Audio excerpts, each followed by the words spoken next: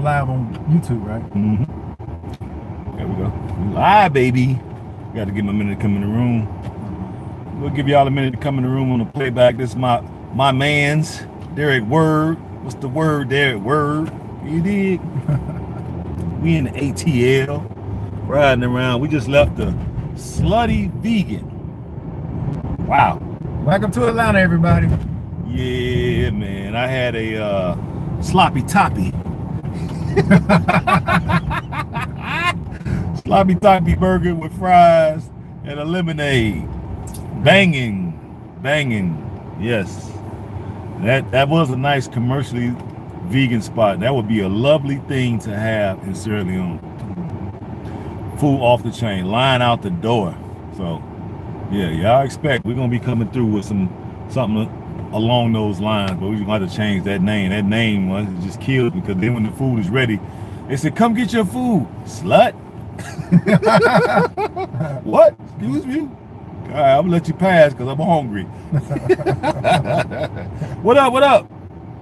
What up, Natasha? What up, Sweet Berry? I see you. There go my man. Throwing a piece. Yeah. Throwing the peace sign, y'all. What up, Nora the Great? What's happening? Yeah, we just left Slutty. Well, yo, what up, Biz? I see you. Yeah, we just left the Slutty Vegan. We went on took Sweet Berry's suggestion, and man, it was off the chain. We had to drive a little bit to get it, but it was off the chain. So I'm happy. So now we're gonna roll over here and get us a couple smoothies. You dig? And I'm gonna turn the camera around and show y'all a little bit more of the ATL. There we go. Yeah. See the views right here coming up.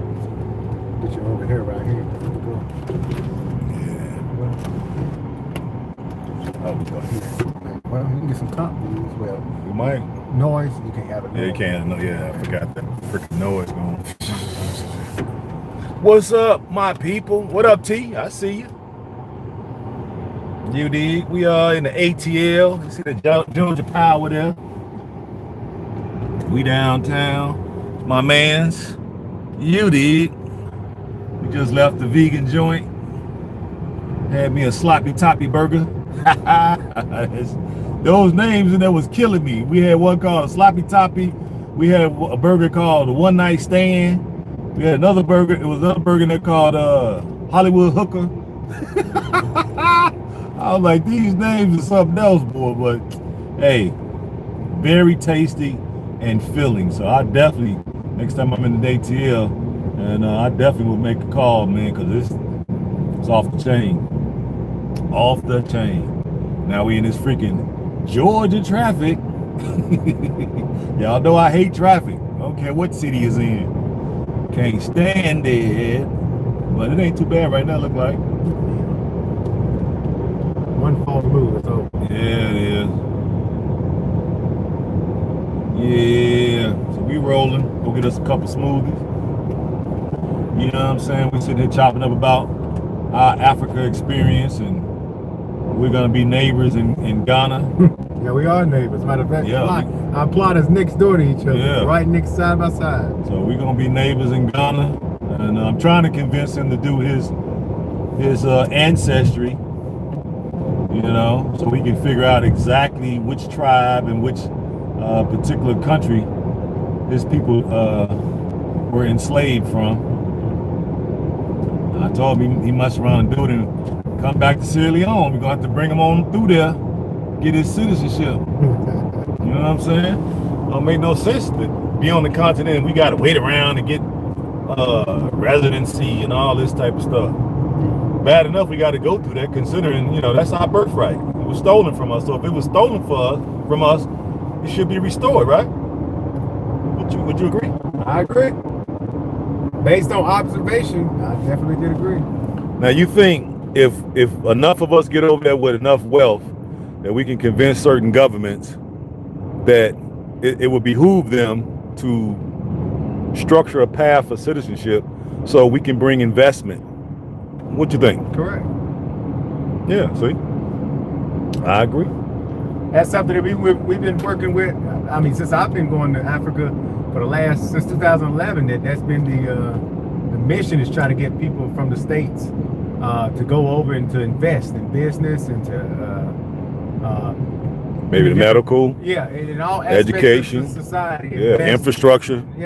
And then when you invest, then you're going to get a return on it, not just financially, but culturally. The whole experience is going to be welcome in a place that you can call home. So you're getting everything in one, buck for your bang, when you go to the continent and invest your hard-earned dollars. That's right. And then we actually have a legitimate historical claim to that land, because if our people were kidnapped and now we are the descendants of those folks that was kidnapped and enslaved, now we coming back, it should be some type of path to citizenship, and it should be a fast track on top of that.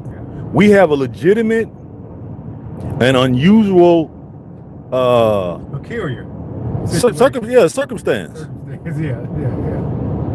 Quite different from anybody else, right? So if anybody else going to the continent and asking for citizenship, of course they should be denied. They don't have the same relationship to the continent as we do. We the only ones with this certain situation. And then we can also say the folk down in the Caribbean, and then some of our brothers up there in the UK.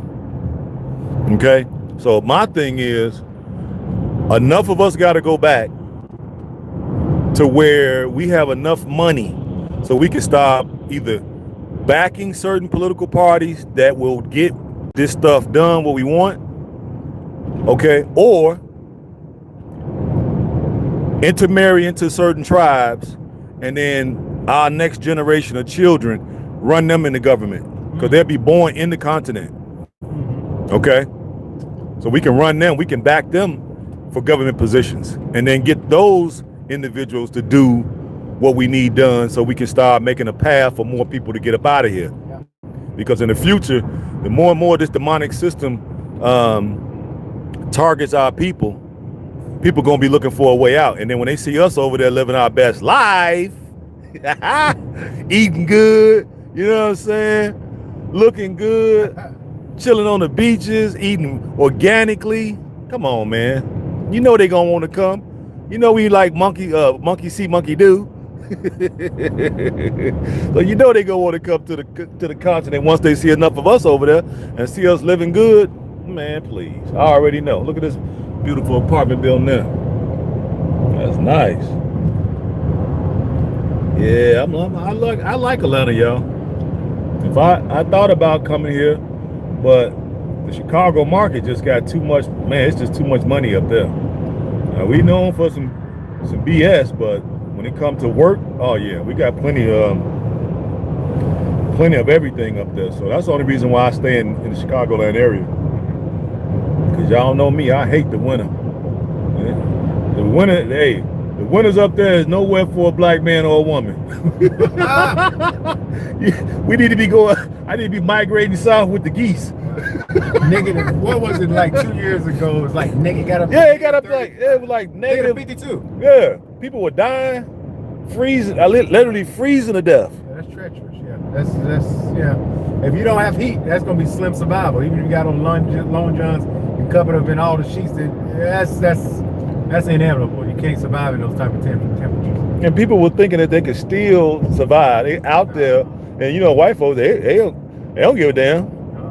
They just come over there and pick your stiff butt up, put you in a box, right, and put you in a hole somewhere. They don't give a damn. If you ain't got no ID and you look homeless and stuff, they not trying to find your people and see who you were and what you was doing and end up in this situation. They don't care. They put your frozen butt in a box. They do not care. They do not care. It's crazy. Sorry about that, guys. We were buffering. I've seen it. Yeah. ATL, old stomping grounds, auntie. I see you. Right. That's where the real work starts. Exactly. That's where the real work will start. Yeah, but my man here, he's entrepreneur. He has his trucking business as well. Brother has his dealer's license, sell cars. Just an all-around Hustler, baby. Yes, sir. From the A. All around hustler is trying to get back to the continent. You know That's what I'm saying? right. That's right. Trying to create me multiple streams of income. That way I can be sustainable when I do move permanently. Because again, I've been going back and forth, but in able to be permanent on the continent, I haven't had a stream of income until I can become self-sufficient on the ground there in Africa. So I've set up multiple businesses here. I have, like Raquel said, I have an auto dealership. I'm a broker. I have the truck. I'm in the trucking. I've been in the trucking for 13 years. And then I have a third e-commerce website where I sell cosmetic products, lotions, soaps, and things like that. And eventually going to do apparel. So just trying to set up these multiple streams, and I can settle in on the continent and then do business there as well. Probably going to do like agriculture starting off. Absolutely. Like a poultry farm. Get into different aspects of agriculture and learn that, working with my hands on the ground, getting back to the earth, Mother Earth. So I'm going to do that starting off, and then see how far that can go, and see if I can get myself to be self-sustainable without the U.S. dollar. Because if I can do that and become better off with the local currency and sustainable, then I've done something major. Yeah, absolutely. If I'm not dependent on the American dollar. So that's the overall objective, you know, to become independent of the U.S. or any other Eurocentric culture from around the world. And that speaks a lot of volume, you know. What about your family? Are you the only one on the Africa going back to Africa train? I'm the first person to ever go to Africa in my family on both sides, my mother or father. So this is a new experience for me and my family history. You know, this is something totally new. This is something that came out of nowhere. Well, I ain't gonna say nowhere. It's something that came to me 10 years ago, being, I guess, going through my great awakening. So it's been 10 years in the making. I did my first trip to Ghana in 2011. Matter of fact, that was my first time at 29 out of the country. I had not traveled out of the country. Of course, I drove, been across all the states because I drove trucks. But for me, my first trip out of the country was to the continent, which was very inspiring, inspirational, and very significant in my journey to traveling. Because that gave me a first impression of seeing us in a different country versus, say, going to Europe or going to South America. I got to see a nation where there's nothing but black people in government, on television. Got the police. Yeah, everything was, everything was neutral. It was just peaceful and calm. So that put an impression on me, and I've been a changed person ever since. And it allows me to have a sense of grounding, a sense of belonging. Yes. And it's changed me. Racial pride. Racial pride. Every day I wake up, it's just it's a great feeling to know that there is a family far, and a nation far away, or a place where people look just like you everywhere you go, and they welcome you with open arms. That right there is the best feeling in the world. That's right. We can assimilate into the majority. Yeah. See, that's a different feeling, because over here we're classified as minorities because they purposely, as they say, take certain precautions to make sure that our numbers don't get to where, we are the majority. Right. That's why they come up with the abortion, the plan B, to this, to that. Right. And two, when you're not a citizen of another nation, America or any other nation, they take advantage of you. Specifically here in America, this is our experience. They take advantage of you because they know they have you cut off. Yeah, you ain't got no allies. You ain't got no allies. So by you getting residency or going to the continent, citizenship, which is the overall objective, once you get that, then you got a hand that you can play with. You That's got right. cards that you can. You got an ace up your sleeve. Exactly. You got an ace up your sleeve. Yeah, exactly. That's power. But when you don't have that, you can get taken advantage of in all directions. Politically, law, every aspect of life. So you get that should be the overall objective, is to get that citizenship, and that way you can play the game the way it's supposed to be played. That's right. Absolutely. And I agree. that's my 100%. overall objective, is to get my citizenship. I'm just going about it a different route. If my DNA does come back to Sierra Leone, I'm definitely going to have that, because now you can have multiple citizenships. There's no laws against that. But I want to invest into the continent and then receive one that way as well. That way I know I'm investing and uplifting the continent. So I definitely plan on getting citizenship. I know a few people that's gotten it. Of course, Raquel got his.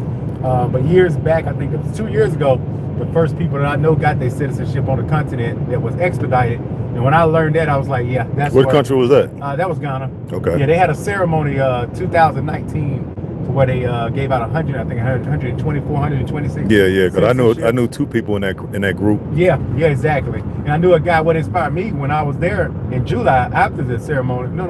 I was there before the ceremony. I didn't know what was going on, but I met a guy. He was 24 from here in Atlanta, and he got his. And he had not been in the country. Yeah, that's the brother I'm talking about. What's his name again? Young guy. Yeah. Yeah. Damn, he changed his name too. Yeah. The lighter fair skin, bro. Yeah. I think he was a Kappa, wasn't he? Yeah. I think he was a Kappa. Yeah. He shocked me because I called him and he said, I said, wasn't that you in the picture at the ceremony? He's like, yeah, I got mine. And then he explained it to me. Because he only been in like, what, a year? Yeah, a year. Year and a half, something like that, maybe? Yeah, so he didn't do much. You know, he invested in, like, I think a school, maybe a few $100. But by him being there and taking heed to the message that was given, he got his citizenship. Yeah, so but the same thing can happen. But he was a young, smart brother, and he hung around with the right crowd. Yep. He hung around with the elders, and the elders put him on game. Yep. That's how he was able to get his stuff before everybody else, because there's been folks over there for a whole lot of years and didn't have it because they didn't really think they needed it or didn't want to basically fight for it. Right. Anything you want in this life, you got to fight for it. Right. Y'all got to stop just sitting around asking somebody to give you something. Go get it. Go take it. Right. Imagine back in the 60s when all the racial turbulence was going on. Well, we're still here right now doing the same thing. But imagine back then and prior to that, doing Jim Crow and doing slavery, if our ancestors could have said, you know what, I got my passport, I'm going back home, and just up and left.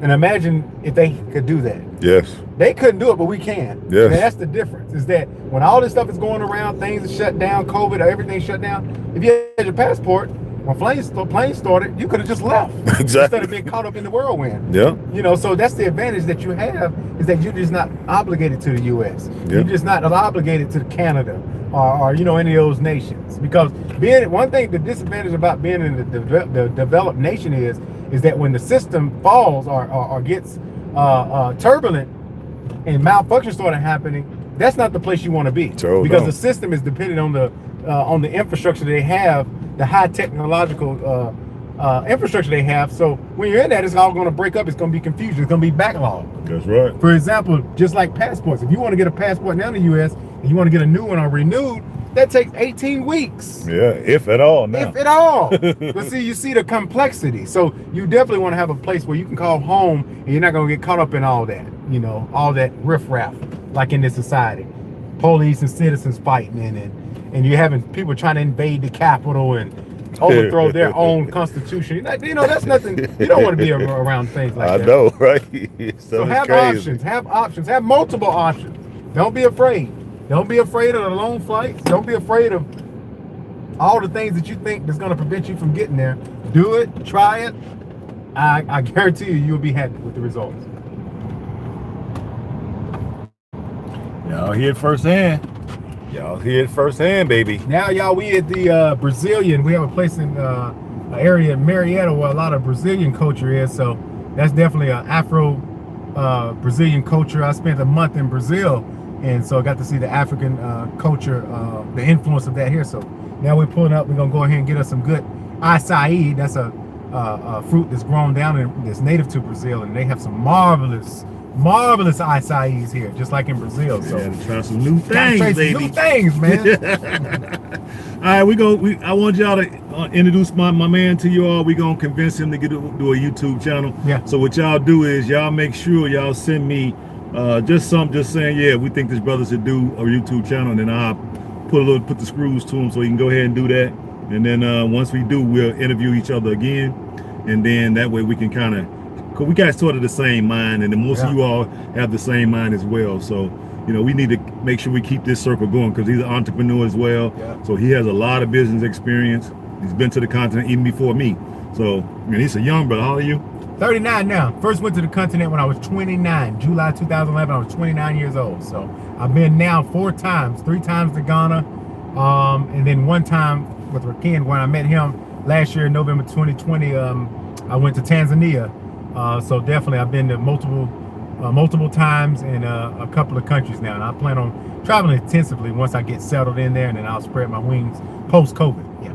And we were roommates in Tanzania, roomies, and then come to find out, as we were talking, we found out that we actually bought land in the same development in Africa, and now we're neighbors in Africa. Yep.